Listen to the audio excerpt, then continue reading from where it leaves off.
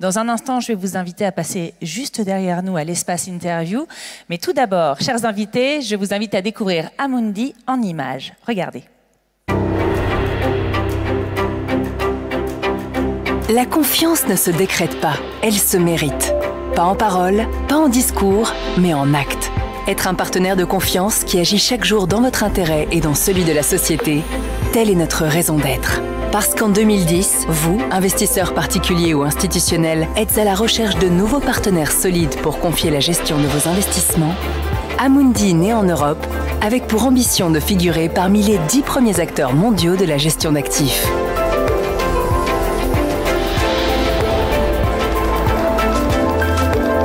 Parce que vos décisions d'investissement méritent un partenaire au plus près de vos besoins, Amundi s'est développé sur plusieurs continents, avec 6 plateformes de gestion internationales et une présence dans 35 pays. Parce que vos attentes sont uniques, Amundi enrichit en permanence ses expertises de gestion pour vous proposer la solution d'épargne ou d'investissement qui vous correspond. Parce que vos investissements façonnent le monde et l'avenir, Amundi a fait de l'investissement responsable un de ses piliers fondateurs. Nous pouvons jouer ensemble un rôle majeur dans le financement de la transition énergétique. Parce que notre monde se digitalise, vos besoins évoluent. Amundi vous propose ses services et ses solutions technologiques agiles et innovantes pour couvrir toute la chaîne de valeur de l'épargne et optimiser votre expérience utilisateur. Parce que mériter votre confiance, c'est aussi décrypter pour vous les défis et les grandes tendances de demain. Amundi partage sa vision de l'avenir pour anticiper et saisir ensemble les meilleures opportunités d'investissement.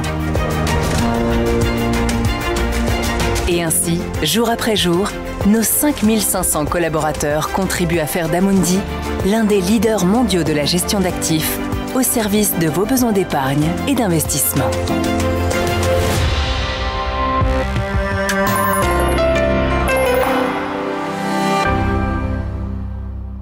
Et voilà, Valérie Baudson, c'est un plaisir. On peut l'applaudir. Et un honneur de vous accueillir aujourd'hui. Je crois que tout le monde l'a réalisé dans la salle. Un privilège pour que vous partagiez avec nous votre vision et vos perceptions du monde en général et du monde de la finance en particulier. Avant tout, j'ai envie de vous présenter un peu à notre public, aux gens qui le composent. Qu'est-ce qui fait votre parcours professionnel et qu'est-ce qui vous a conduit en 2021 déjà à la direction générale d'Amundi ? Bonjour à tous. D'abord, merci infiniment pour cette invitation. Je suis vraiment très heureuse d'être là. Mon parcours professionnel, c'est un parcours dans le groupe. Je suis un pur produit du groupe Crédit Agricole et j'en suis infiniment fière. J'y fêterai mes 30 ans de vie professionnelle l'année prochaine. J'y suis rentrée toute jeune. J'ai 3 étapes principales dans ma carrière. La première, c'est d'avoir été à l'inspection générale de la banque d'investissement. Ça m'a permis d'avoir 5 années professionnelles très riches, d'apprentissage de la banque et surtout des années internationales. Et puis j'ai travaillé pendant 8 ans sur les marchés actions. J'ai eu mes premières expériences d'encadrement à cette époque-là et de comité de direction. Et puis j'ai consacré les 16 dernières années à Amundi, qui n'était pas Amundi encore quand j'y suis rentrée. Et au domaine de la gestion d'actifs, j'en suis très heureuse. Justement, n'hésitez pas à nous donner quelques éléments de contexte sur Amundi. Qu'est-ce qu'Amundi vraiment? Quelles sont ses principales activités? Quel est son lien aussi avec le Crédit Agricole? Absolument. Alors Amundi, c'est une société du groupe Crédit Agricole. Elle est détenue à 70% par le groupe. C'est une société d'investissement. Notre métier, c'est de gérer au mieux l'épargne que nous confient nos clients ou les grands investissements que nous confient des grands investisseurs institutionnels. Nous sommes aussi une société cotée en bourse, au SBF 120. On est présent dans 35 pays dans le monde aujourd'hui. On gère 2100 milliards d'euros.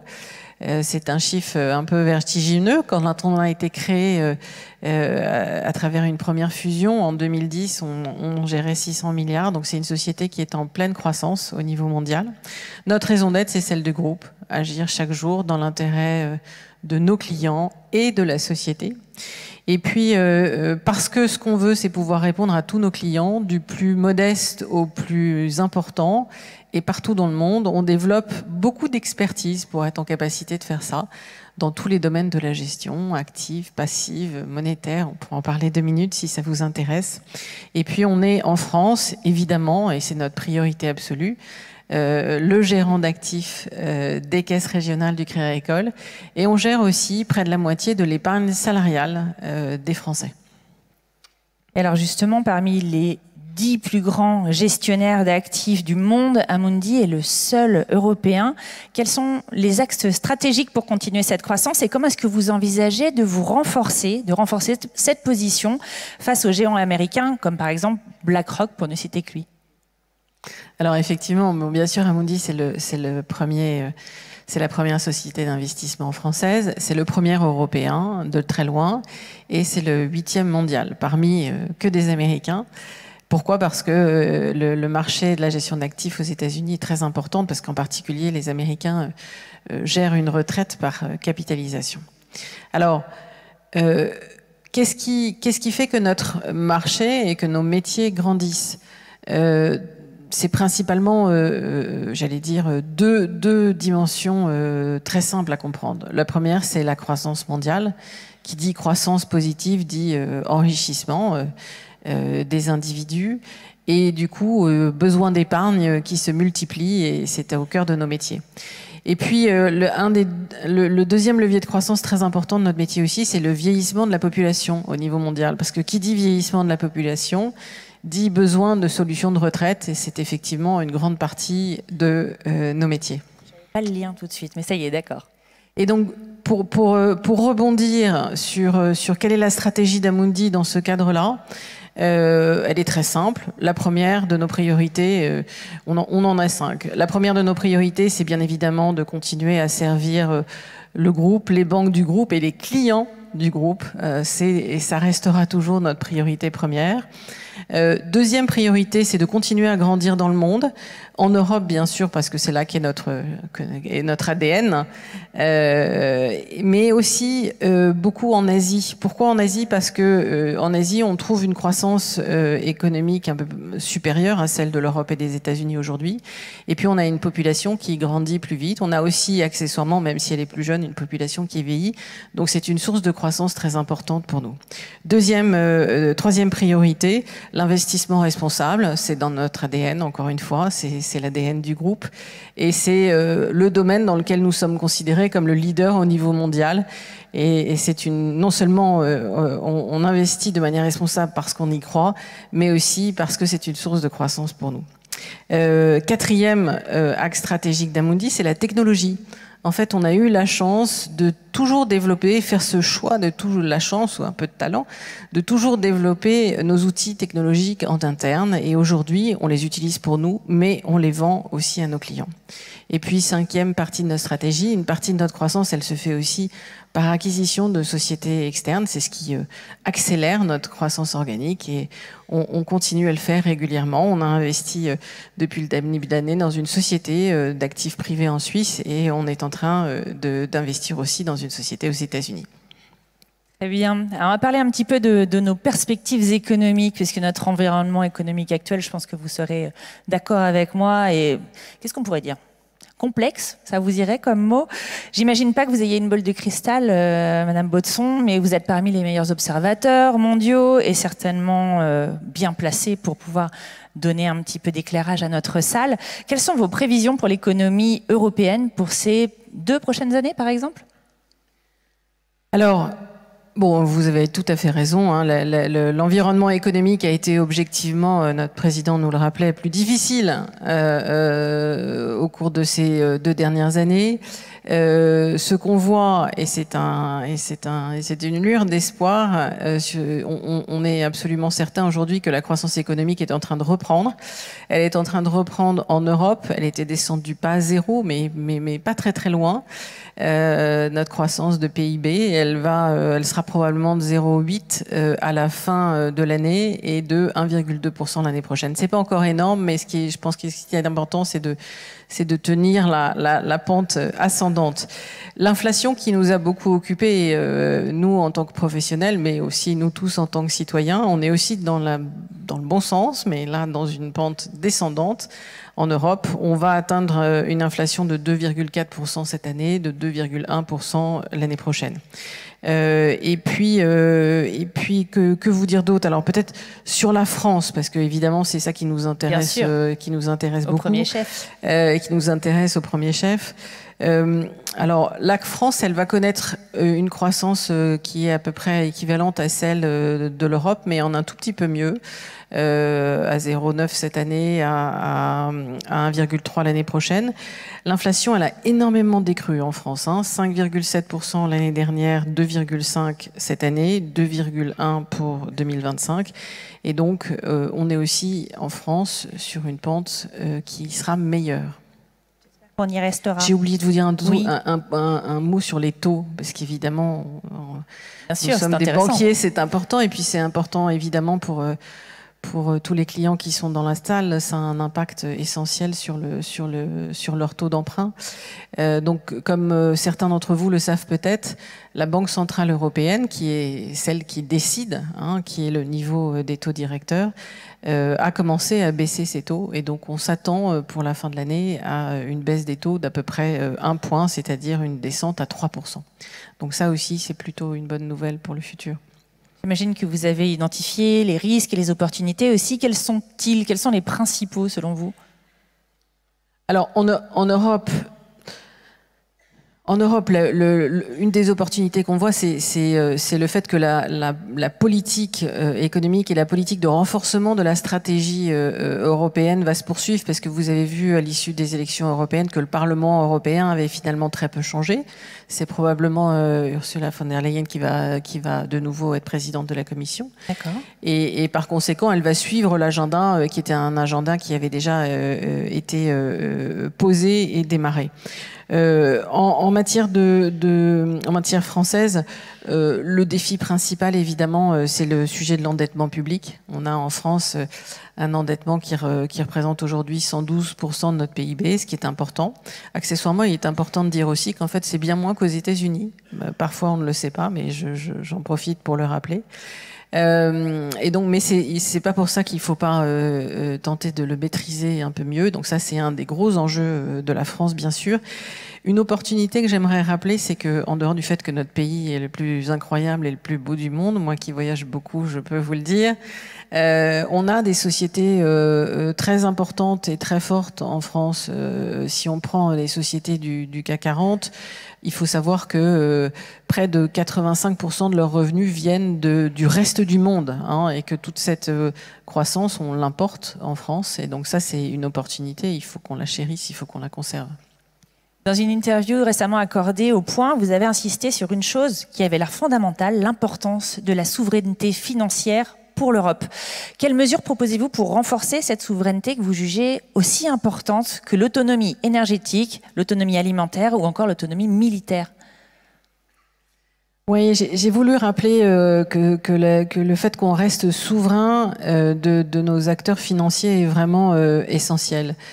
Pourquoi? Parce que la finance, elle sert à accompagner l'économie, les ménages d'abord et avant tout, les entreprises, les collectivités locales. Et donc, on a besoin, pour pouvoir accompagner, et je pense que l'introduction qu'on a entendue est totalement parlante, pour accompagner ces territoires et tous ces acteurs de la société française et européenne, on a besoin d'acteurs français et européens forts qui soient là pour aider dans les bons moments et dans les moins bons moments. La raison pour laquelle je poussais cet argument fort, c'est qu'en réalité, il y a une grosse américanisation de la finance, y compris qui arrive un peu en Europe. Et je pense que c'est très important de rappeler que si on veut être souverain, il faut qu'on garde une finance souveraine. Par rapport à votre question, qu'est-ce qu'on peut faire? On a un autre atout incroyable que j'aurais pu vous citer tout à l'heure en Europe, que n'ont pas les Américains, c'est un taux d'épargne absolument considérable. L'épargne des Européens, c'est 35 000 milliards d'euros. Les Européens épargnent beaucoup plus que les Américains. C'est 2 fois le PIB. Exactement. Un énorme bas de laine. C'est deux fois le PIB de l'Europe. Et en fait, une partie non négligeable de cette épargne part en dehors d'Europe. Et donc, je pense que c'est très important qu'on en ait conscience et que nous tous, en tant qu'investisseurs, on impulse cette dimension qui est, c'est important d'investir en Europe et en Europe en priorité pour pouvoir porter la croissance économique de notre pays ou de notre continent. Allons sur la transition énergétique, parce qu'on sait que c'est un sujet fondamental aussi. Cette thématique, d'ailleurs, c'est cette thématique qui nous réunit dans cette grande journée à Tours, c'est la finance durable. Dans vos prises de parole, vous insistez souvent sur l'importance du financement des transitions énergétiques. Est-ce que vous pouvez nous expliquer comment Amundi contribue à ces financements et quels en sont aussi les impacts concrets, si vous avez quelques exemples? Bien sûr. Alors, on le fait évidemment dans des solutions qui sont celles dans lesquelles nos clients investissent, donc aussi en fonction de ce qu'ils souhaitent, bien sûr. Mais pour faire simple, on a 3 typologies principales d'actions en tant que grand asset manager au niveau mondial. Le premier, c'est le plus évident, c'est celui qui consiste à investir dans des infrastructures d'énergie renouvelable. On a une société chez Amundi qui s'appelle Amundi Transition Énergétique. Et on investit à travers cette société dans vraiment des infrastructures elles-mêmes, solaires ou géothermie. Alors un exemple hyper concret dans la région, grâce à la caisse de Touraine-Poitou et puis via cette filiale Amundi Transition Énergétique, on a investi dans la centrale de cogénération biomasse de Tours qui totalise 7,5 MW électriques et 24,5 MW thermique. Donc ça veut dire que cette centrale, elle permet d'assurer 25% des besoins électriques de la ville et 60% des besoins du réseau de chaleur, et ça de manière durable. Donc c'est vraiment très concrètement le type d'investissement que nous pouvons faire. Deuxième type d'investissement, des investissements dans des sociétés qui cherchent à aller vers une transition durable, c'est-à-dire à pouvoir baisser le niveau d'émissions carbone qu'elles génèrent, quelle que soit leur activité. Et donc, on a des fonds dans lesquels on investit beaucoup plus, voire exclusivement dans des sociétés qui vont dans cette direction, consistant à transformer un peu parfois leur modèle économique pour que leurs émissions carbone soient zéro en 2050, ce qui est l'objectif que nous avons depuis déjà un petit moment avec les accords de Paris. Et puis, troisième manière d'agir, en fait, ces 2100 milliards, c'est beaucoup d'argent que nous investissons dans près de 8000 sociétés, entreprises dans le monde. Compte tenu de la taille que nous représentons aujourd'hui, en fait, nous sommes souvent un actionnaire important de ces sociétés. Et donc, leur management nous écoute, en particulier quand on cherche à les inciter à accélérer un peu dans le domaine de la transition. Donc, on joue ce rôle d'actionnaire avec beaucoup de responsabilités. On cherche à les challenger, à les pousser pour qu'ils se transforment et qu'ils atteignent ces fameux objectifs que nous voulons voir à horizon 2050. Est-ce que vous pourriez nous en dire un petit peu plus sur les fonds responsables gérés par Amundi, notamment ceux axés sur la fameuse transition énergétique et la souveraineté financière dont on parlait juste avant, et comment aussi ils contribuent à une économie qui finalement devient elle-même plus durable? Alors, je vais essayer de vous donner quelques exemples pour faire pratique. Donc, d'abord, on a des fonds d'investissement responsable qui sont des fonds en gestion active. Donc, c'est typiquement l'exemple que je vous donnais, où on investit principalement dans ces sociétés qui sont les mieux disantes sur le plan énergétique. Dans le groupe Crédit Agricole, il y a 2 fonds qui sont le Amundi Global Ecology ou le CPR Climate Action, qui sont des fonds actions, qui d'ailleurs ont une très belle performance cette année et qui ont vraiment du sens en matière d'investissement. Après, on fait aussi de la gestion passive. On a des ETF pour ceux qui connaissent le concept. Et le CAC 40 ESG par exemple est un fonds très utile. Et puis enfin, et Nathalie tu l'as cité, on a des produits à impact qui sont vraiment en très forte proximité, j'allais dire, d'un impact mesurable ou social ou environnemental.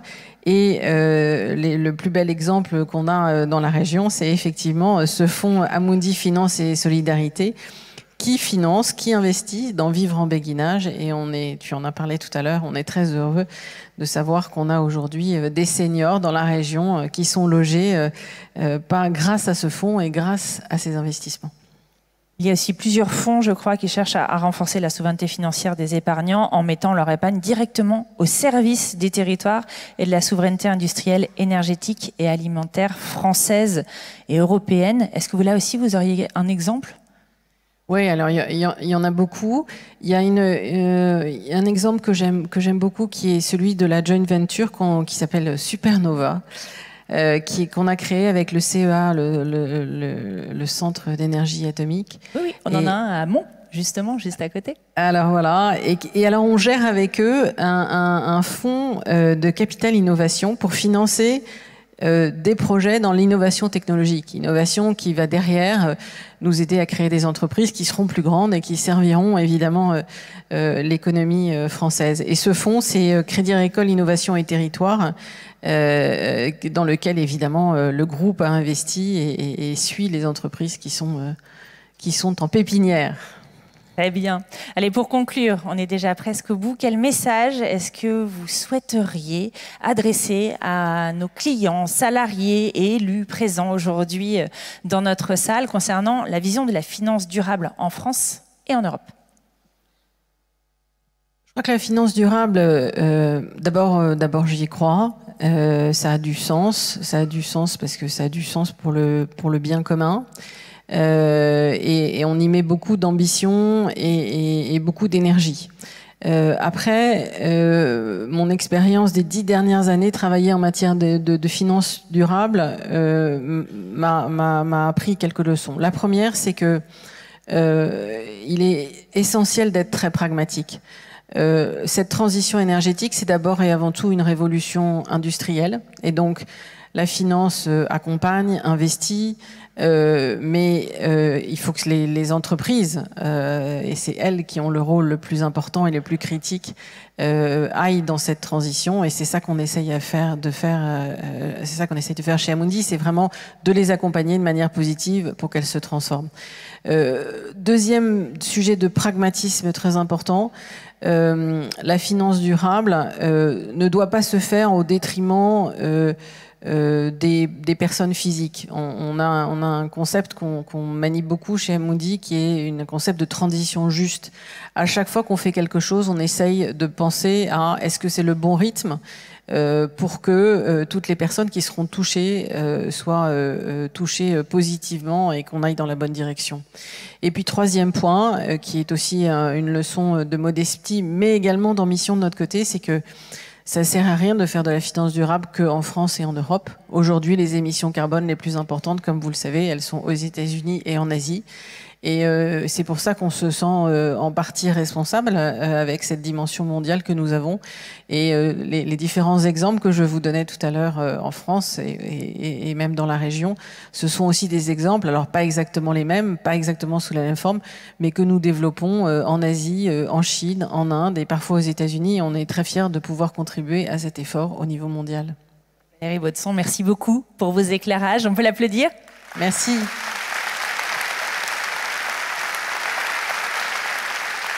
Mais je ne vais pas vous laisser partir comme ça parce que vous les voyez, ils sont plus de 1000 à être venus aujourd'hui, notamment vous écouter, salariés, administrateurs, partenaires, étudiants.